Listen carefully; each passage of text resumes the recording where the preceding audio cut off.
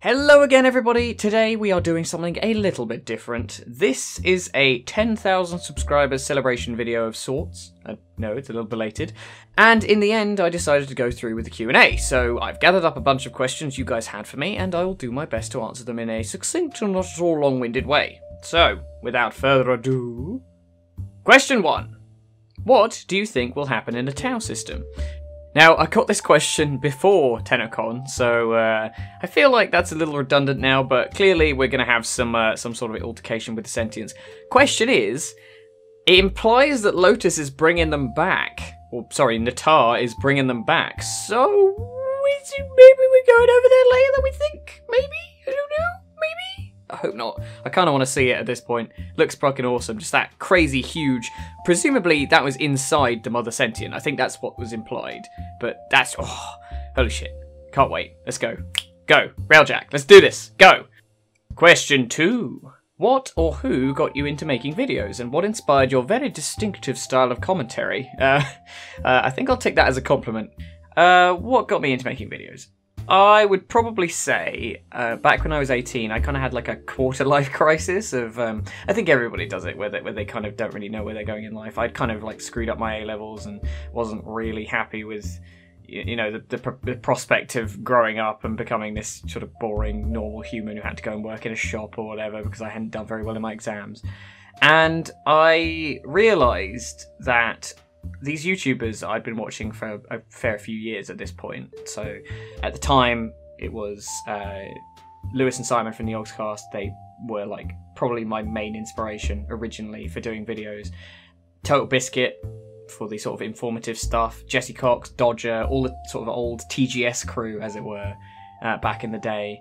I think that was probably the thing that inspired me to do it. But I don't know, it was nice having this sort of realization that there were people out there who could sort of make a living doing something stupid and fun. That it didn't necessarily all have to be all doom and gloom, and you could do whatever the fuck you wanted. And a lot of people, like at the time in my life, kind of poo-pooed it and sort of treated me like I was being an idiot. And to an extent, maybe I was, but I feel like I'm on my way now, which is, I don't know. I feel like we've come a long way, and a lot of those people have since apologized to me and kind of been a lot more supportive. So who knows? Like, never say never, eh? Question 3! When you do other lore series besides the Lore Frame, will they have a unique title, or will it just say Lore of Blank? And if so, any thoughts on the title of the WoW series you keep talking about? I think it's pretty obviously going to be World of Lorecraft, and I've got an intention to kind of go for Warhammer lore at some point, so that's obviously Lorehammer. Beyond that, no idea. I did have a couple of ideas for like when I was going to do Destiny lore before I decided that that wasn't for me, where it was going to be like the Grimoire or something, because God knows that game needs a bit more explaining if it's not in the game. Obviously, even Bungie recognised that in the first game. But yeah, so no idea currently. Play it by ear, and we'll see what I decide to branch out into next. It doesn't have the very fortuitous pun of or rhyming with law. Question 4. Other than Warframe, what games do you play? Well, that's quite a broad question. I play quite a bit of WoW when a new expansion's out, and I kind of keep myself plugged into that. I play Heroes of the Storm, not quite as much anymore, but I used to play quite a bit. It's the only MOBA I've ever been able to play. Overwatch, love that game. Holy shit, Moira main. Although maybe not any longer now that I can be a hamster in a fucking wrecking ball. Fallout, Elder Scrolls, that sort of RPG, The Witcher, those sorts of things. Like I'm always up for an RPG. I absolutely adore like really heavy story ones, Mass Effect, that kind of thing. Monster Hunter, I am a like 10-year veteran of Monster Hunter. I consider myself to be a pretty damn good bow gunner these days. Stealth games, I really love stealth games. I haven't played one recently, but I love that sort of thing. Dishonored, that kind of thing. Styx. Strategy games, Civ, Banished, XCOM, that kind of thing. They're all on my list. Driving games, occasionally, if I'm in the mood. I'm considering getting Forza Horizon 4. I'm not quite sure about it yet. Sort of third-person adventure stuff, like Tomb Raider's always been on my list. I like fighting games. I like shooters, like Battlefield. Honestly, pretty much anything. I'm up for most things. If you can show me some like decent gameplay, if it's a solid game, I will probably play it if I can afford it. Oh, and I guess I can include tabletop games like Warhammer. I play Age of Sigmar now as well. I got me some Ghosts from the Souls Wars box, and I play card games like Yu-Gi-Oh and Magic. So you know, I guess those count. Anyway, moving on. Question 5. 4, 3, 2, 1. Thunderbirds, I'll go. What inspired your username, and why is it so difficult to read? I wouldn't say it's difficult to read. You just have to remember that X's can be pronounced as a Z. What inspired it? It's actually based off my name. I know that sounds weird, doesn't it, from somebody called Luke. I went through a lot of usernames back in the Xbox 360 days. Like, I had some really dumb fucking edgy ones. I had my like emo one where it was like Skellington01, and I had my fucking stupid ass epic-y one where it's like Blazonix or some bullshit. I can't remember the rest of them, but they were all terrible, as you might expect. Eventually though, when I was entertaining the idea of kind of creating a brand for myself online, I sort of wanted to settle on one that would kind of, you know, it'd be like a nice sort of simple name that I could be referred to, and I decided to sort of mess around with letters in my name. For those of you who don't know, my middle name is Xavier, which is, I've been told, pretty fucking cool. And eventually, after playing around with letters and stuff, it was Zalos with an I, and then it slowly became like different iterations of that. So I've had Zalos with a Y, which I quite often use now. Zale eventually erupted out of that with an I, and then now with a Y, and that's kind of what I go for most of the time these days. But yeah, I mean, if it's hard to read, that's probably a problem on your end. I can't really do anything about that. Question 6. Did you draw your emblem, and if not, who did? Originally, I used to do all my own assets back in the day. They were all kind of like passable art. They weren't anything like amazing, but they were better than the sort of weird, crappy, like clip art crap that some people plaster over their banners. But fortunately, a couple of years ago, whilst playing Overwatch, I met somebody who turned out to be a graphic designer, and we became friends, and he was decent enough to offer to make my assets, and basically gave me some banners and all these emblems and things, and he helped me like design a logo that I was happy with, and eventually we came out with that. And it's supposed to be sort of like an X. It was originally going to be like an Excalibur Prime kind of void key, and then I decided that was a bit too much like Warframe, and I kind of wanted to branch out in future. So we ended up with sort of like an X thing, kind of like a compass, kind of not really sure what it is, but I dig it. Like I dig it. And his name is Marco. And Marco runs a channel which deals in analog photography. It's all very, very interesting. Even if you're not big on photography, I'd definitely go take a look. It's all very professional, and he puts me completely to shame. So yeah, go and give him support, because he's a fucking babe. Question 7. What originally drew you to Warframe, and why did you become a founder when it didn't look like it was very promising back then?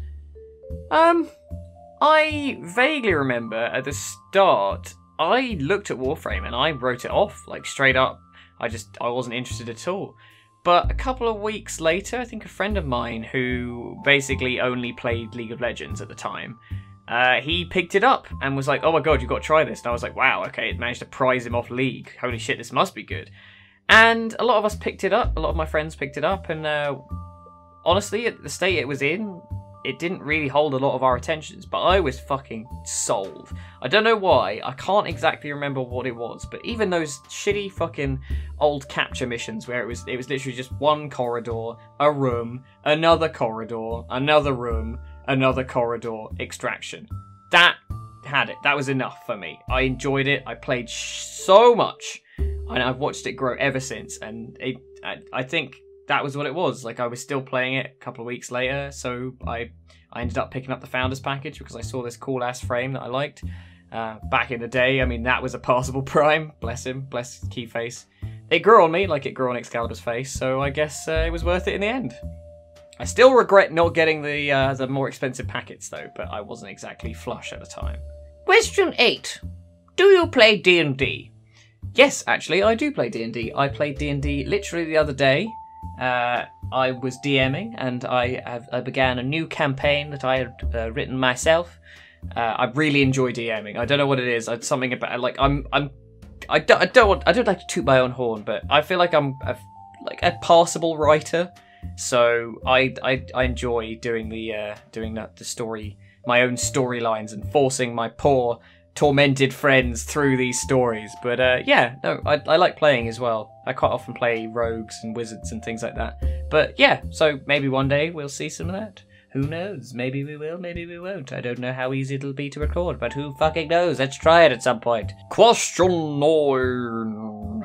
What was something you wish you knew when you started playing? Presumably Warframe. I wish I'd known about Mastery, because when I started playing, I got hold of Excalibur Prime and I played him forever. I wouldn't play other frames because I enjoyed it so much and I liked having my little shiny toy to show off. So if you look at my profile in game, I've actually got about 80% of my playtime is with Excalibur Prime. I still do it. I still play him all the fucking time. I do branch out and I do play other frames now. I've got a couple of like other favourites like Ivara and Ash and Harrow. But yeah, no, I wish I'd kind of known about that. 'Cause I might have been 25 by now if I'd actually known that, because I spent so much time dicking about doing nothing. Question 10. What is the most difficult thing you've ever done in Warframe?